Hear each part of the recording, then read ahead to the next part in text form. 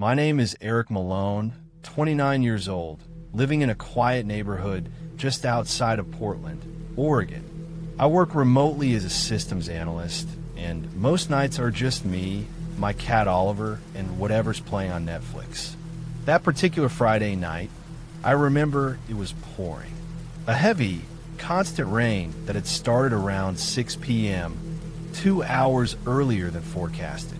I made dinner, locked all the windows like I usually do when it storms, and settled in with my laptop and some leftovers. Around 8:30 p.m., the power flickered but didn't cut out. Still, I grabbed my flashlight and a backup power bank, just in case. Around 9 o'clock, I heard it, a creaking sound beneath the floorboards. Now, I live in a raised house with a short crawl space under the front half. The porch wraps around the front and side of the house, and the rain had started slapping against the wooden planks harder than usual. At first, I thought maybe the wind had blown something underneath, an old trash can, a branch, maybe even an animal taking shelter. But then the creaking happened again, slower this time, more deliberate. I muted the TV. Oliver was staring toward the window, ears alert. That's when I knew I wasn't imagining it. I got up, walked to the front door, and turned on the porch light. Nothing. Still, I flipped the deadbolt and stayed inside. The rain hadn't let up. The water pooled along the sidewalk, and the street lamp across the road buzzed with mist. But something felt wrong. Not scary, just off. Around 10:40 p.m., I was about to head to bed when I noticed wet footprints on the inside edge of the living room floor, right in front of the window. Small, barefoot. I don't walk around barefoot. And Oliver definitely doesn't make prints like that. I stared at them. 5 prints. The last one curved back toward the hallway. I didn't hear the door open.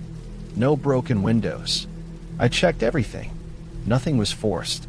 I told myself it had to be me. Maybe I forgot something. Maybe I left the door open for a second earlier. But it didn't sit right. I locked myself in my room, shoved a chair against the door. Yeah, I know how paranoid that sounds, and tried to sleep. But I couldn't. The creaking returned around midnight. Slower, deeper. This time, it felt like it wasn't just someone walking under the porch. It sounded like someone crawling. A dragging noise. Then something hard, maybe a boot or hand, tapped the wood from underneath. I didn't move, didn't even breathe loud. It went quiet after that. Completely quiet. Even the rain had stopped. Next morning, I didn't go to work. I didn't even open the blinds. I just sat with coffee and a kitchen knife next to me. Laughable, I know, but I felt trapped in my own home. Then I remembered I had a cheap motion camera pointed at the driveway, connected to my phone. I checked the footage. At 10:16 p.m., while I was watching TV, a figure had crawled. Yes, crawled across my yard and under my porch. The camera only caught him for a second. Dark hoodie, no shoes, face blurry from the angle. No one left after that. Which means, when I locked my door, he was already underneath me. I called the cops. They came out around noon. Checked the crawl space. Nothing. Absolutely nothing. But they did find drag marks in the dirt, like someone had been crawling in and out for days, and a small torn cloth near the far end of the crawl space, soaked and buried in the mud. There were no footprints. No tools. No sign of forced entry anywhere else. One officer just looked at me and said, "Whoever was under there didn't come for your stuff." He was probably hiding from something or someone. That night, I stayed at a friend's place across town. We returned the next morning with the plan to set up more cameras and secure the crawl space completely. Before we left, I opened the mailbox. Inside was a torn piece of notebook paper, folded, damp. In shaky writing, it said, "Thanks for the shelter. You don't need to be scared. I was just cold. I'm gone now." That was it. No name, no threat, just that note. The police never found him. I didn't stay in that house long after. Even though nothing else ever happened, the feeling of being watched never really left. Now, anytime I hear rain against the windows, I check every lock twice. Porch light on, blinds shut tight. I sleep upstairs no matter what. Because once you've lived through something like that, you don't wait to hear another sound beneath you. You just learn to never ignore the silence.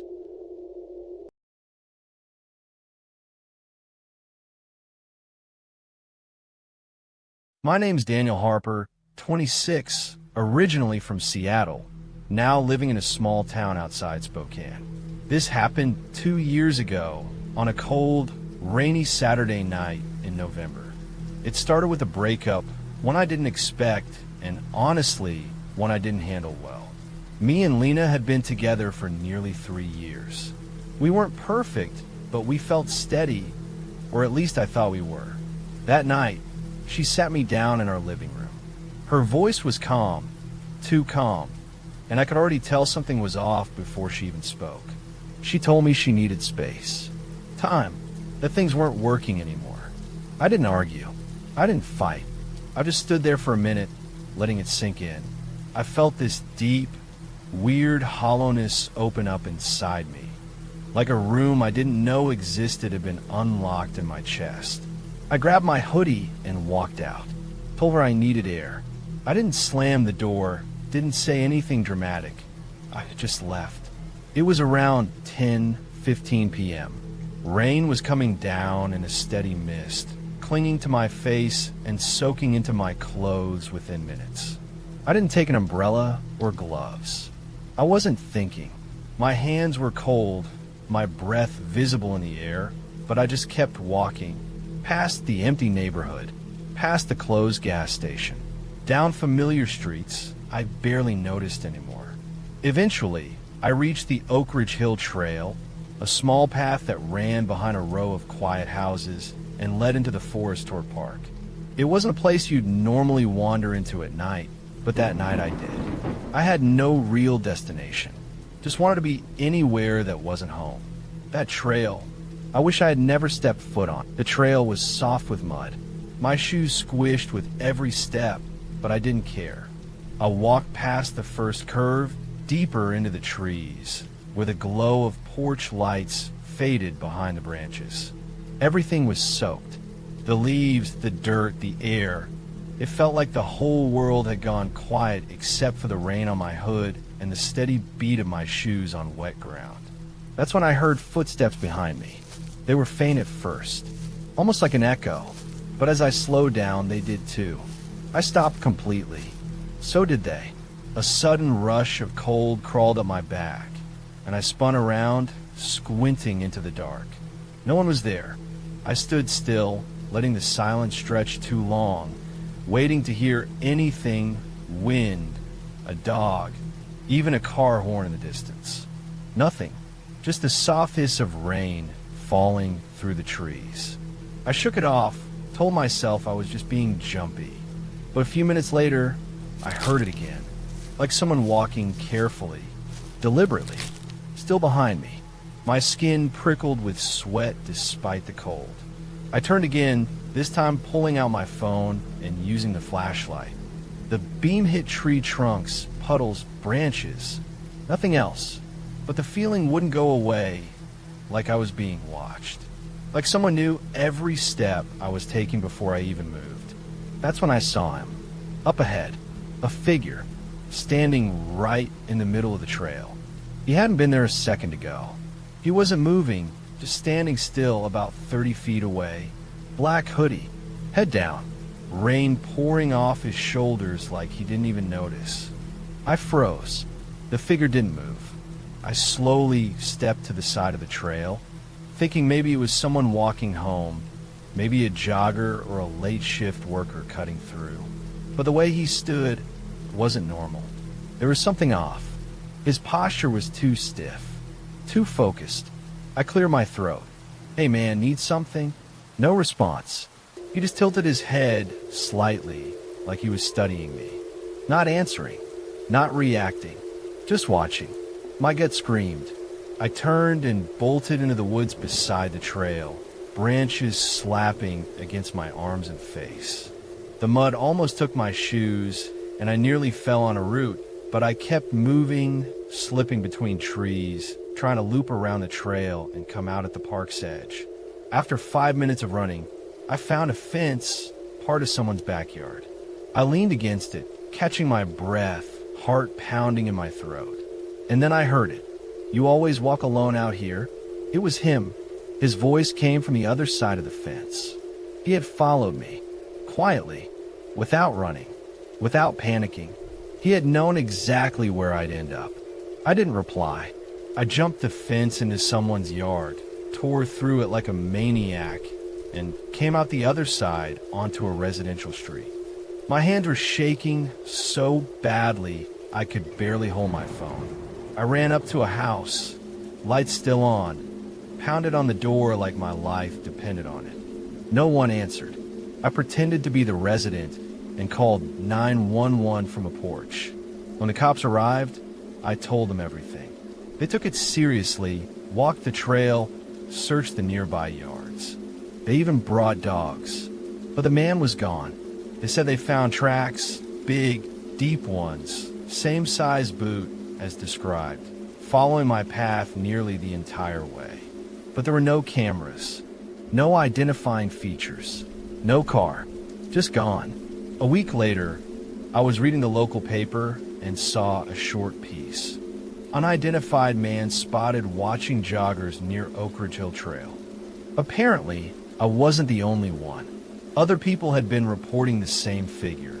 Silent, standing, watching, never speaking. Never caught. The sketch? It was him. Since that night, I don't walk alone after dark. I don't go near that trail. I always check behind me when it rains. Because the scariest part wasn't that I saw him. It's that he knew I was coming.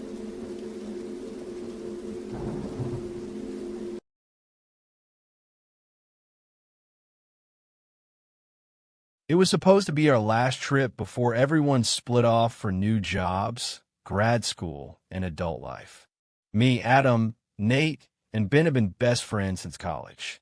We picked a secluded camping site near the Cascade foothills, not too far from the main road, but deep enough that you couldn't hear anything but wind and trees. It rained the moment we parked the car, a slow, soaking drizzle that turned to steady tapping by the time we pitched our tents. We laughed it off, threw up a tarp, made a fire under it, and told ourselves it would stop by nightfall. It didn't. By 9 p.m., the fire was out, the food was cold, and our moods matched the weather. Still, we had drinks, cards, and the kind of dumb stories that only make sense among old friends. Then Nate said something strange. "Hey, did you guys hear that?" We paused. Zen, wind, leaves, nothing else. It sounded like a knock, like knocking on wood. We joked he was paranoid and moved on. But after midnight, Ben swore he heard it too, this time behind the tent. Rhythmic, like 2 slow knocks, a pause, then 3 quick ones.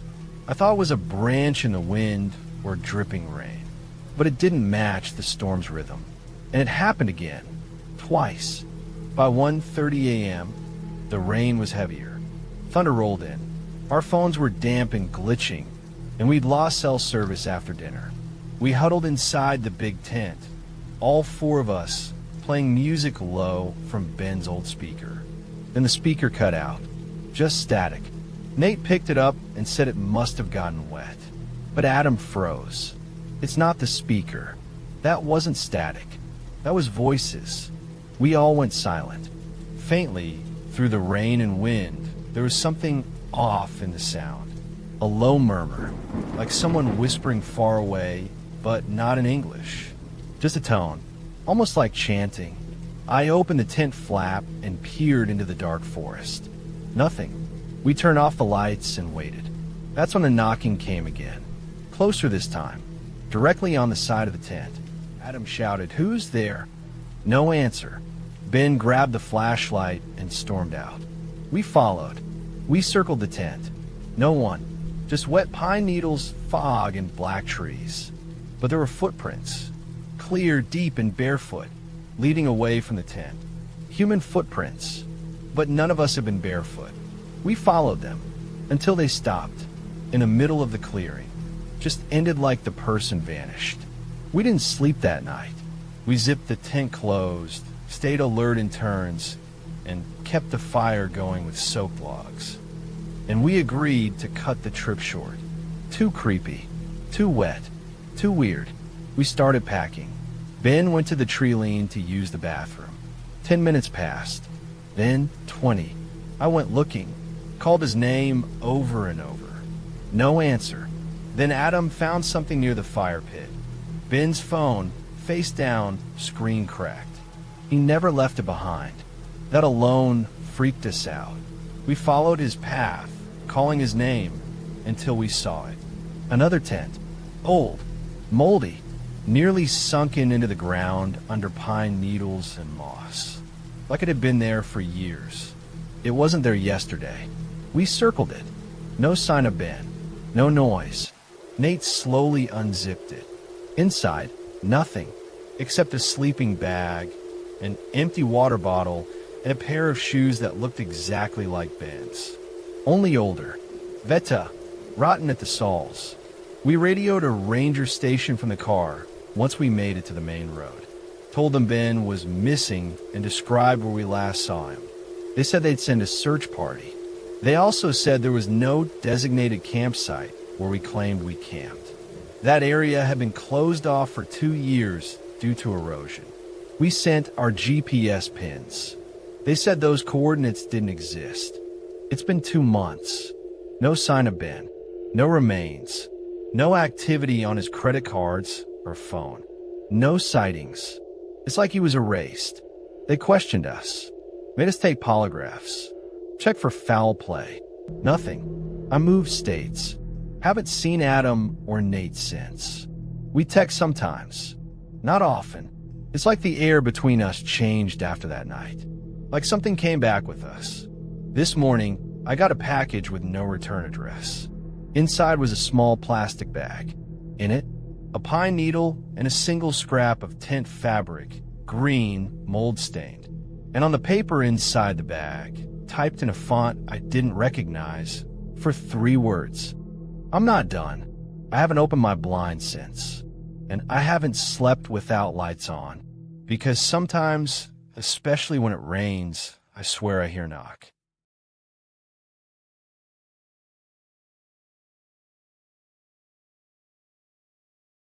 My name is Jason Moore. I'm 31, and I work overnight inventory at a wholesale supply warehouse just outside Chicago. What happened last March changed how I look at being alone, forever. It was March 11th. Cold, gray skies, and the kind of rain that makes everything feel heavier than it should. I was scheduled for the 9 p.m. to 5 a.m. shift, standard inventory tracking, restocking, and loading prep for the morning drivers. I'd worked dozens of solo shifts before. Our warehouse is big.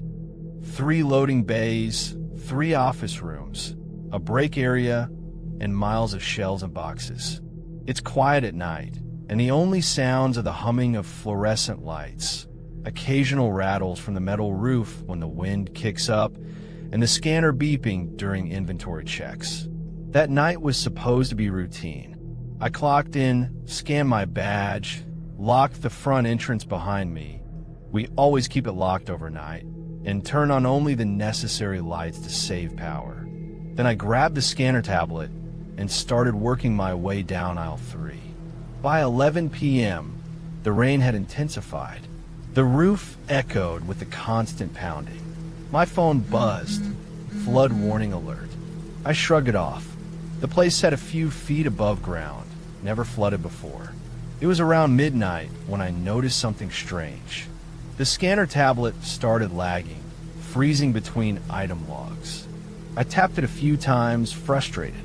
Then I realized the Wi-Fi symbol had dropped. No signal. Not common, but not unheard of. I kept working. That was my mistake.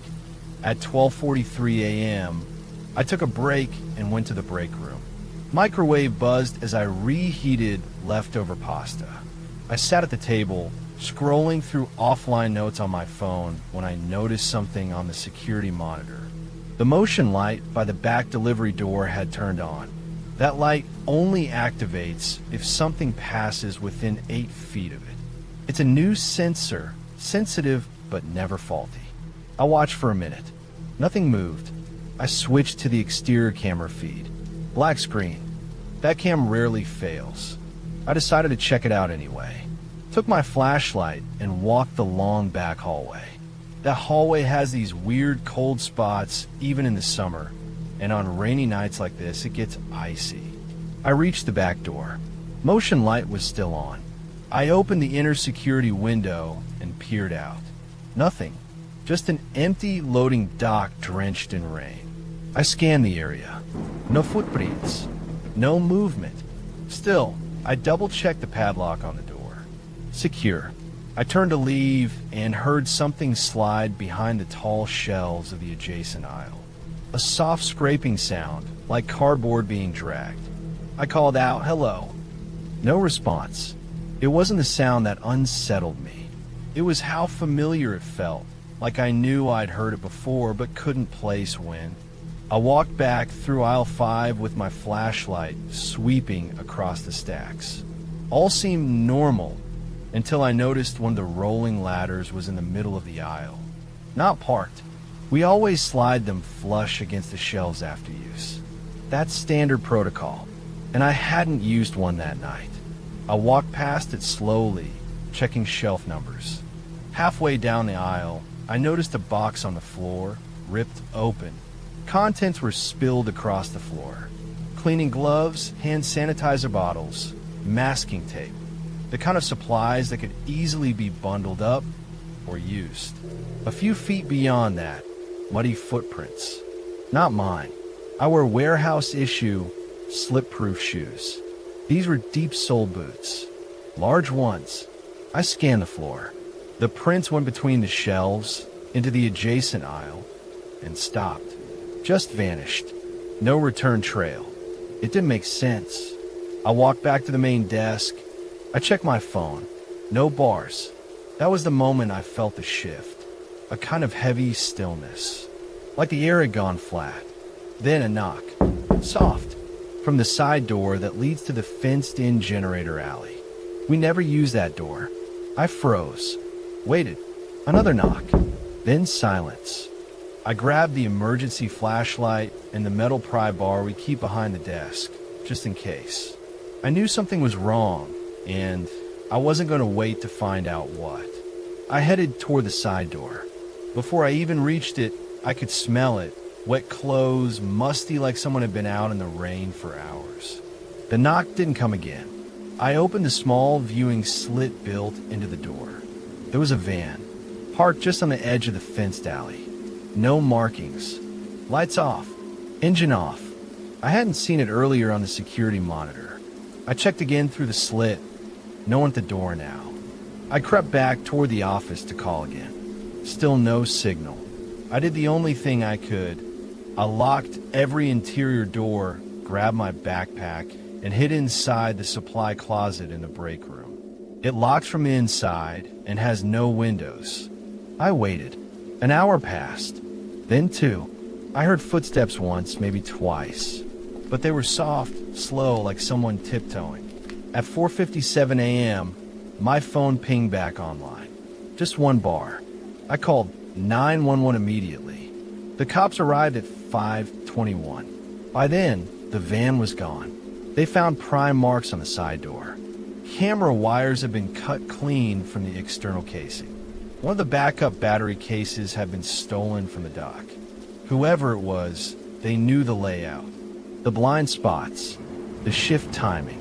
Police took the footage I had left and said they'd follow up.